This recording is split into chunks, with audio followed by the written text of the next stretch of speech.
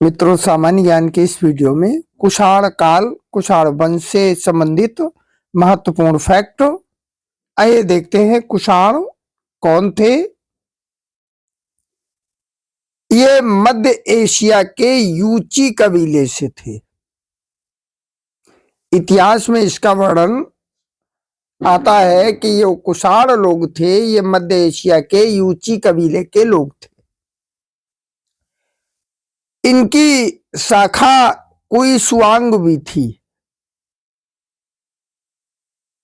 कुषाणों की एक शाखा कुइशुआंग भी थी। इस वंश का जो संस्थापक था वो कौन था? कुजुल कड़फिशस इस वंश का संस्थापक था। कुषाण वंश की नींव किसने रखी? कुजुल कड़फिशस ने इस वंश की नींव रखी। नोटेड फैक्ट है, याद करिएगा, नोट करिएगा। इसे प्रथम कड़फिशस भी कहा जाता है। क्या कहा जाता है इसे? प्रथम कड़फिशस भी कहा जाता है। नेक्स्ट देखिएगा, दूसरा कड़फिशस कौन था? बिम कड़फिशस। इसे दूसरा कड़फिशस कहा जाता है। किसको? बिम कड़फिशस।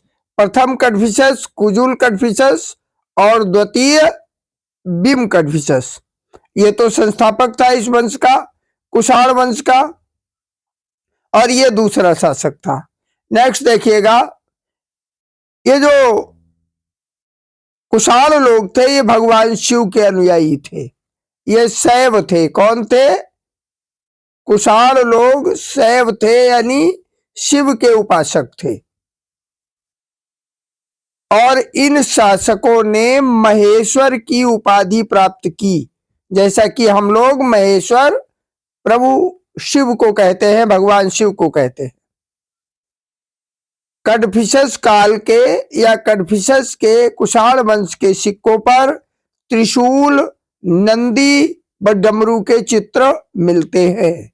जो कुषाण काल के सिक्के हमें प्राप्त हुए उत्खनन से, खुदाई से, उनमें त्रिशूल, नंदी और डमरू के चित्र भी मिले हैं।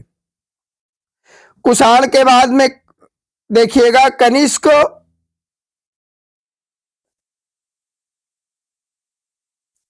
इस वंश का सबसे महान शासक कौन था? कनिष्क। कुषाण वंश का सबसे प्रतापी शासक था कनिष्क, कुषाण वंश का। इसका राज्याभिषेक हुआ 75 एडी में, यानी 75 ईस्वी में इसका राज्याभिषेक हुआ। शक संवत यहीं से शुरू हुआ। शक संवत यहीं से शुरू हुआ। इसकी राजधानी, कनिष्क की राजधानी पुरुषपुर या पेशावर थी। इसकी द्वितीय राजधानी मथुरा थी।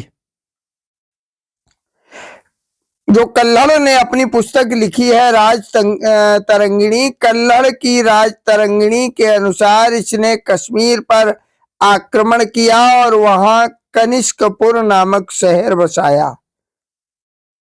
ये सारे के सारे फैक्ट्स आपको नोट से मिल रहे हैं, जो कि विशेष है। परीक्षा के लिए बहुत विस्तृत अध्ययन होना चाहिए,